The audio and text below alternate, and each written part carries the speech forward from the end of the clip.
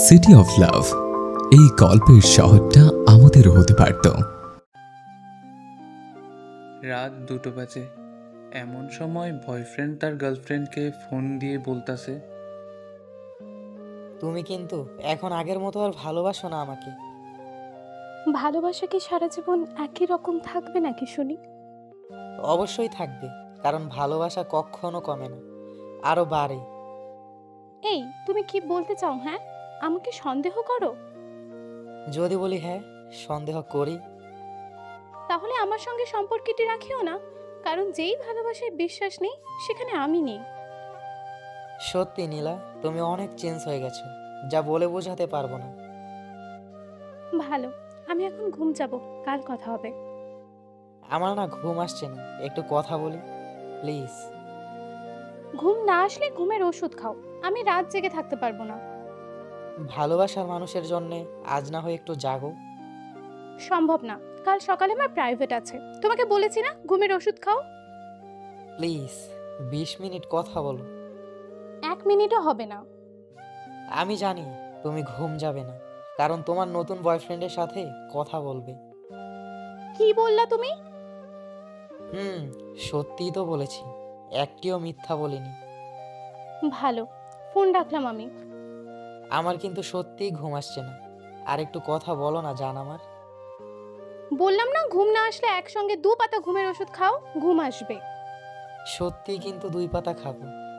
খাও, কে বারণ করেছে তোমাকে? যদি মারা যাই এত ঘুমের ওষুধ খেয়ে, তখন কি হবে?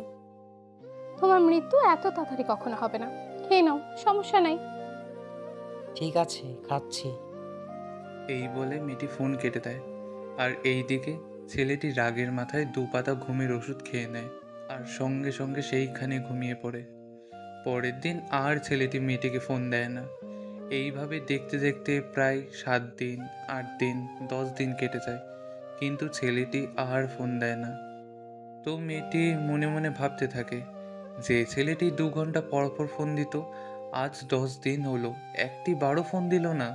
এইসব ভাবতে ভাবতে মেয়েটি নিজে থেকেই ছেলেটিকে ফোন দেয়। তো ফোনটি রিসিভ হওয়ার সঙ্গে সঙ্গে মেয়েটি বলে, হ্যাঁ হাসিব, কেমন আছো? আসসালামু আলাইকুম, আমি হাসিবের ছোট ভাই বলতাছি। আপনি কে? আমি ওর বন্ধু। হাসিবকে একটু ফোনটা দাও তো। আপু, আমার ভাই তো 10 দিন আগেই মারা গেছে, ও কিভাবে কথা বলবে? কি? হাসিব মারা গিয়েছে? কেন? কি কি হয়েছিল ওর? জানি না কি হয়েছিল, তবে ওর মৃত্যুটা হয়েছিল 2 পাতা ঘুমের ওষুধ একসঙ্গে খাওয়ার কারণে।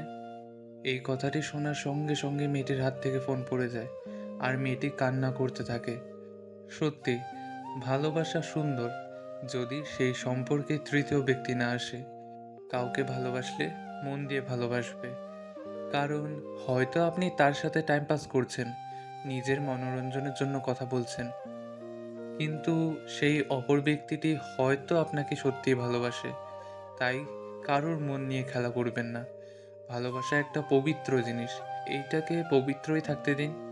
খেলার জন্য তো অনেক কিছুই আছে, কারোর মন নিয়ে, ইমোশন নিয়ে, ফিলিংস নিয়ে খেলা করবেন না।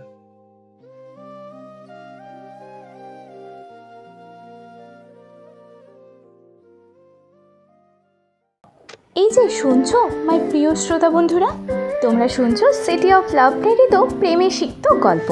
আর আমাদের সাথে পথ চলতে do like, comments and share. আর সাবস্ক্রাইব করতে কিন্তু একদম ভুলবে না। টাটা।